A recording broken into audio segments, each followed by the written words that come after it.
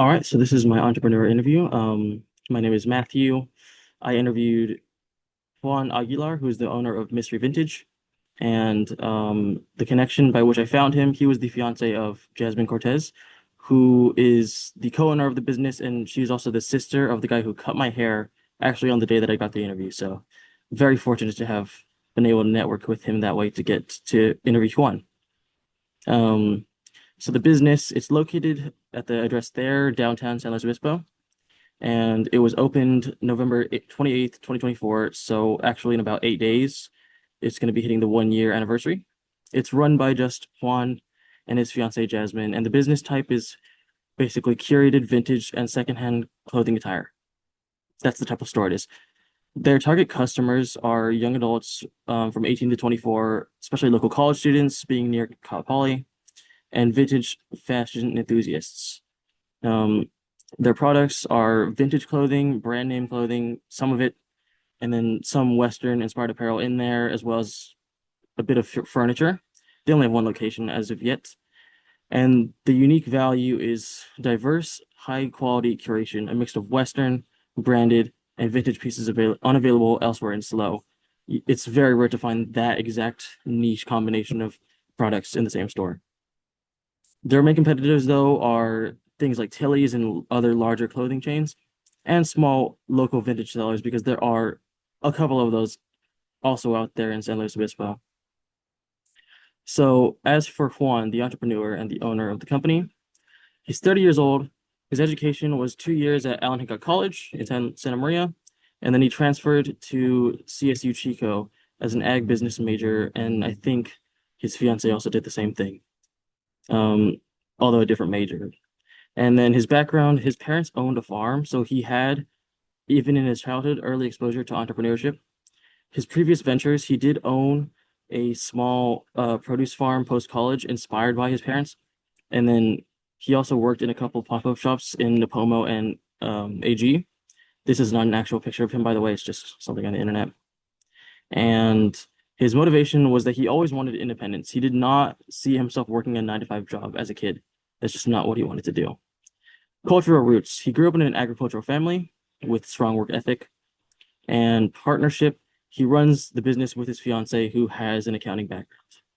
So that kind of was was helpful for them to hit the ground running when they started the business.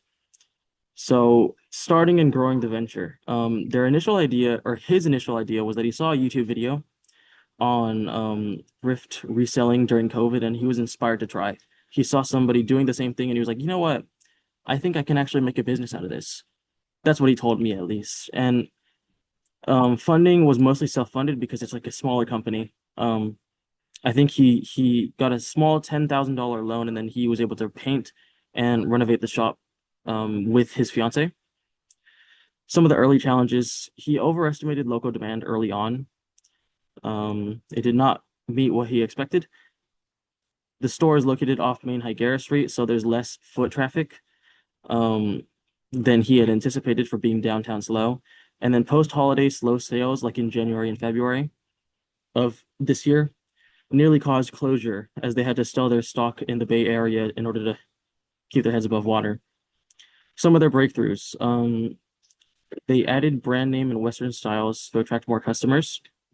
They built strong word of mouth following, and more nearby businesses have increased local traffic. So I think at first when they started there weren't many actual businesses on that street like that would attract the type of people that would go into their store, but now there are, so that's helpful for them. And workload evolution, I think when they first started, he said that he was working about 9 to 9. It was pretty much consuming his entire life every day. And now it's more like 12 to 6, a little bit more of that freedom. Shared shifts between Juan and Jasmine. So they kind of alternate, like, I'll work this day or these 3 days, and then you work these 2 days, stuff like that, Monday through Friday. So my reflection and key takeaways about that interview, although it was a long time ago now, basically, some of the surprises were how feasible it can be to start your own business self-funded and with as little as 2 people. I actually did not think that that's like commonly done. And I think it inspires me to like go that route a little more if I so choose to, like because I see that it can be done. Um, The unpredictability of demand, even in a college town. Like, I think just even being located like downtown in a college town, that's not enough to just say, "Hey, you know, you're going to get a bunch of foot traffic." That's not really the case. You got to do a little more research than that. Perception shift. Entrepreneurship isn't just freedom. It's definitely a full-time commitment and an adaptation. It's going to take a long time for the return on investment to be like, you can actually work the hours that you choose, depending on the business. But it's like, until then, you really got to be all in and prepared to take sacrifices. Some of the things I learned is that you should start small, test, and pivot early. Marketing and brand recognition matter more than location, definitely. So you should have a base first. I think one of the things that he had said, if I'm not going to get into it down here, I might get into it again, but one of the things he said was that he regretted kind of like, where am I here? Yeah. He regretted getting a location downtown before having actually assessed the market and done his research, because and like establishing that they had a brand and coming up with the logo and all that. He did all that after he got the location, and he wishes that he had done it the other way around. So where you're kind of just working at home, already made a name for the company, spread it through word of mouth and social media, and then got a location. Um, I think he wishes he could have done that. Um, and then also just balance ambition with mental health, because work-life balance is definitely crucial. Your ikigai. Um, Personal impact. I'm inspired by how such a simple thing as a YouTube video can spark a profitable business idea. I think oh, I'm frozen here. But if the video is still going, I think that's cool. Like to see that such a little like inkling of an idea can go into something that's actually feasible and makes money. I think, yeah, it just inspires me to do it a little bit more. Some of the entrepreneurial traits that Juan showed was overthinking turned into a strategic awareness. He admitted that he was an overthinker, but that's definitely a good thing in this situation because you really have to like consider a lot of things. Persistence and openness to learning. Innovations. So right now, I think they're repurposing old quilts, or they're thinking of repurposing old quilts into tote bags. Um, and like hiring, I think somebody else to do that for them. And because right now it's just them two. Traveling pop-up sales to major cities for exposure.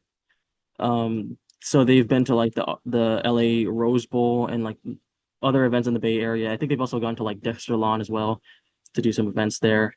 And just like social media presence and free marketing via events.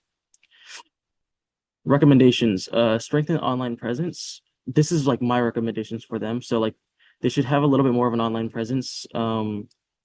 Like Instagram Reels, Depop, and TikTok. I don't really think that they are very versatile in that just yet. They also don't have an online website, so I said they should probably launch one for tourists and repeat customers to shop, like at their business. Um, Explore collaborations with Cal Poly students for design and marketing projects. Definitely a good idea. And then some of their future goals is to expand to a second location. That's what he said, like another location in SLO, hire help, and keep the growth organic. Don't force anything, just kind of go with what's enjoyable and what he wants to do. So I'm not really going to go through all of the questions that I asked because it was literally every single one that was listed in the recommended questions, but I went through all of them and consolidated my information from there. So that is it. I guess I encourage you guys, whoever's watching this video, to check out Mystery Vintage. I definitely think that it's worth the visit. Check it out myself. So that is it. Thank you.